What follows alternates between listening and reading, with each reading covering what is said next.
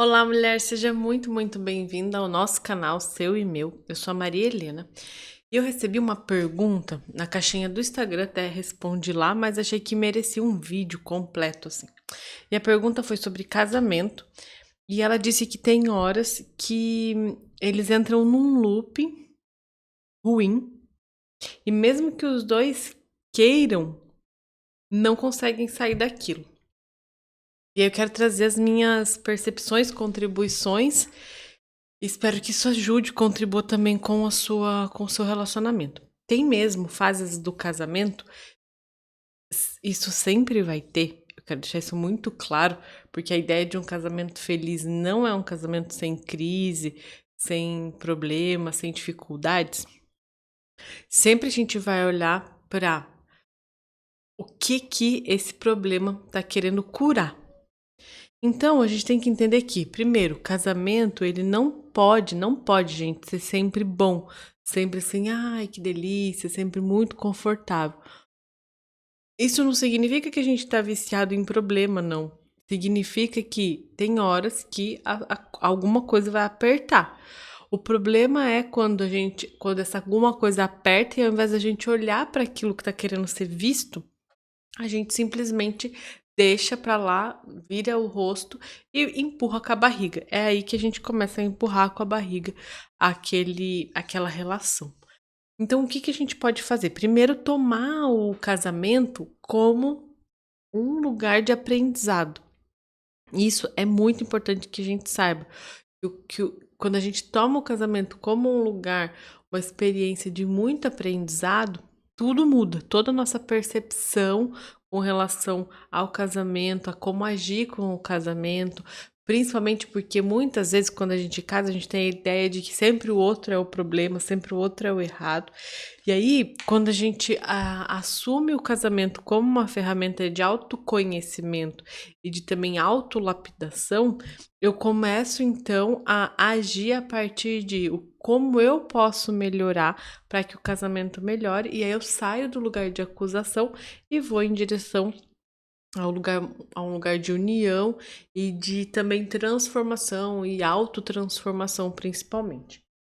Certo, a gente tem que entender então que quando a gente tem uma questão a ser olhada, então, estamos com algum problema, alguma questão que tá difícil e tá assim, a gente tá difícil, inclusive, de continuar nos relacionando, estamos pensando, inclusive, em terminar, certo? A gente tem que pensar aqui, o que esse problema, essa questão, esse fantasma tá querendo trazer como cura?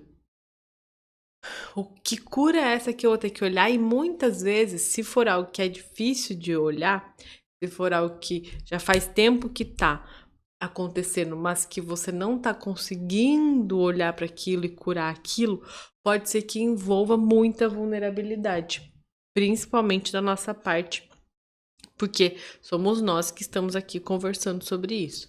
Então, muito provavelmente demanda muita vulnerabilidade. E vulnerabilidade é um desafio. Por que é um desafio? Porque geralmente a gente aprende que ser forte é bom e ser vulnerável é fraqueza. Então, quando a gente tá de frente com um problema em que eu preciso abrir meu coração e dizer como eu estou me sentindo, quais são os gatilhos que aquilo aciona em mim, quais são os medos, as inseguranças, as dores, as dificuldades, para eu abrir esse coração, muitas vezes eu preciso estar muito disposta a fazer esse movimento. E aí envolve essa disposição, envolve inclusive eu abrir mão de acusar o outro, abrir mão de acusar o outro e sempre estar disposta a me olhar, a olhar o outro como um espelho e a perceber o que o outro tá fazendo, quando o outro tá fazendo alguma coisa, o que isso tá causando em mim. E aí é sempre sobre mim. Então, se eu consigo olhar com esse coração aberto para tudo, como eu sempre digo aqui, né? Tudo que chega a partir do outro é um aprendizado. E aí, muitas vezes, o aprendizado é abrir, abrir no sentido de revelar a nossa vulnerabilidade. E se é revelar a nossa vulnerabilidade, tá falando também sim das fraquezas, porque ser vulnerável é ser muito forte. Só quem é muito forte por dentro, assim, de ser muito firme em quem é que consegue se vulnerabilizar. Por isso que o trabalho é justamente ir se rendendo, cada passo de rendição, para que você sustente essa. É quase como um treino muscular mesmo. Então, para que você sustente esse treino, essa musculação emocional, onde cada vez mais você consiga respirar fundo e olhar para você e ouvir o que o outro está dizendo, mas o que o outro está dizendo por trás do que ele realmente está dizendo, mas isso é uma musculação, a gente tem que dizer isso mesmo, é um treino. Então, foi muito legal pensar sobre ter essa referência, porque é justamente isso que eu vejo quando eu estou treinando aprender a ser vulnerável, me vulnerabilizar, e aí eu percebo quanto o meu músculo de vulnerabilidade já está muito mais treinado, muito mais firme e seguro hoje do que lá no passado, onde primeiro eu brigava, primeiro eu arrumava um maior transtorno, fazia um maior escândalo para depois falar, nossa, na verdade é porque eu tô me sentindo insegura. Percebe? Mas claro, começou lá. Então, o meu treino teve que começar com esse momento difícil. Claro que é um processo, e é um processo que muitas vezes, se você treinar isso com você mesma, isso também é um treino, é uma academia interna, uma academia das emoções, mas que demanda um mergulho cada vez maior. E aí, então, se você está num momento em que tá difícil, tá desafiador, é uma dificuldade que você não tá conseguindo passar, a pergunta a ser feita é: o que que isso vai me trazer que eu não quero olhar? O que que isso vai me trazer que eu vou me envergonhar de mim mesma? Então, eu vou dar um exemplo. Minha última Vamos dizer, meu último atrito com o Fê teve a ver com uma sensação de amargura muito grande dentro de mim. Só que eu não tinha percebido ainda essa amargura. Então começa, o que que vem primeiro? Uma insatisfação. E essa insatisfação muitas vezes é projetada no outro. É para isso, né, que o outro, inclusive nós também para o outro, né, a gente se relaciona, porque a gente no final projeta. O desafio é eu conseguir deixar de projetar, ou ao menos, quando eu projetar, perceber que é projeção e voltar a flecha para mim, voltar a atenção para mim. Então eu comecei a ter uma sensação de insatisfação, assim, uma sensação de reclamação interna. E aí, nossa, de repente vira um problema o outro vira um problema, porque aí o outro não tá satisfazendo as minhas necessidades. Mas quando eu olho para um lugar mais profundo e investigo mais e percebo, opa, o que que isso tá me dizendo além, fora, se o outro não existisse, né? Tá me dizendo que eu tô me sentindo amarga mesmo, uma amargura nesse sentido de não tô realizando determinada coisa que eu gostaria de realizar. E aí essa amargura é minha, porque aí eu cuido dessa amargura, eu dou conta disso. E mais do que cuido dela, eu vivo ela mesma, eu sinto, mas agora eu consigo nomear, sabe? Eu consigo saber, bom, é a amargura e tudo que eu tava fazendo em volta disso, muitas vezes buscando controlar, muitas vezes querendo segurar tudo assim, e controlar mesmo, né? Muitas vezes criticando o outro. Tudo isso tinha a ver com, no fundo, uma amargura de algo que nem tinha a ver com o outro, percebe?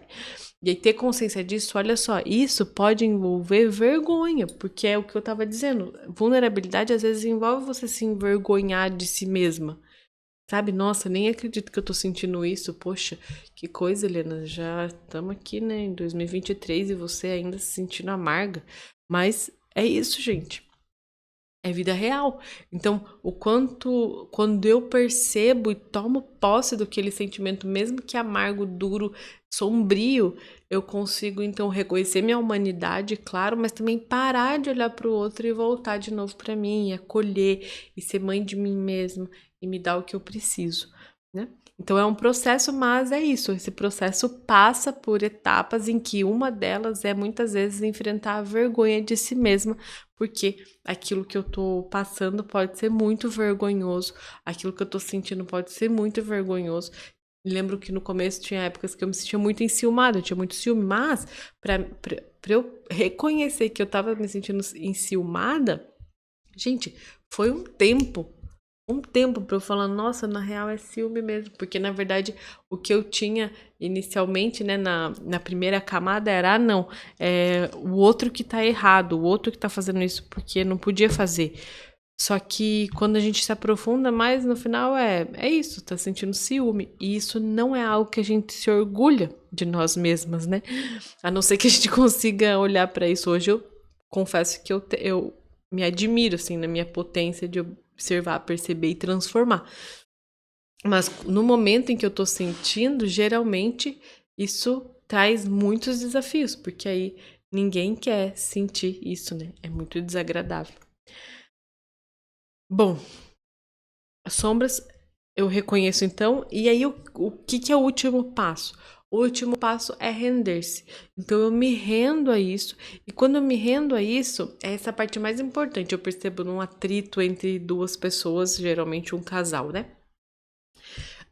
Quando eu me rendo a isso, o outro se torna meu amigo, meu parceiro. Então, inicialmente, enquanto o outro era meu inimigo, porque quando eu não conheço as minhas dores, não conheço essas projeções, eu olho pro outro e falo: o problema é você. E aí eu fico em oposição ao outro e me atritando com ele e em grande questões com ele. Então o problema é sempre o outro. E aí ele é meu inimigo e aí tudo que ele faz eu não confio nele, eu nem confio, nem posso dizer pra ele.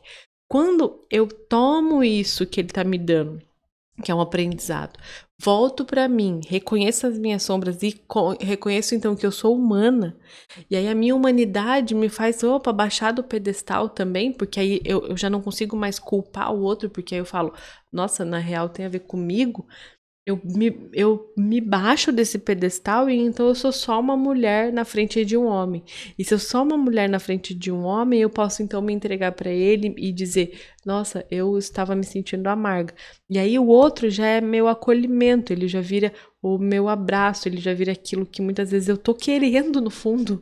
É o que eu tô querendo. Desde o começo eu tava querendo simplesmente ser abraçada, mas a autocrítica, essa carrasca interna que existe dentro de nós, a todas as coisas que impedem a gente de simplesmente se unir ao outro e se vulnerabilizar e dizer, na real, eu não dou conta mesmo sozinho, eu preciso de ajuda, muitas vezes é o que impede a gente de se render. Então, quando eu olho para tudo isso, carrasca, essa carrasca interna, essa autocrítica interna, esse lugar de tem que ser fortona, de que não pode, sabe, não pode se sentir amarga, enfim, todos esses lugares, quando eu olho para tudo isso e consigo dizer, é real, agora eu posso soltar essa identidade e ser só uma mulher na frente de um homem, e aí então eu posso me render a esse abraço, me render a essa parceria, me render a essa companhia, e aí eu me solto.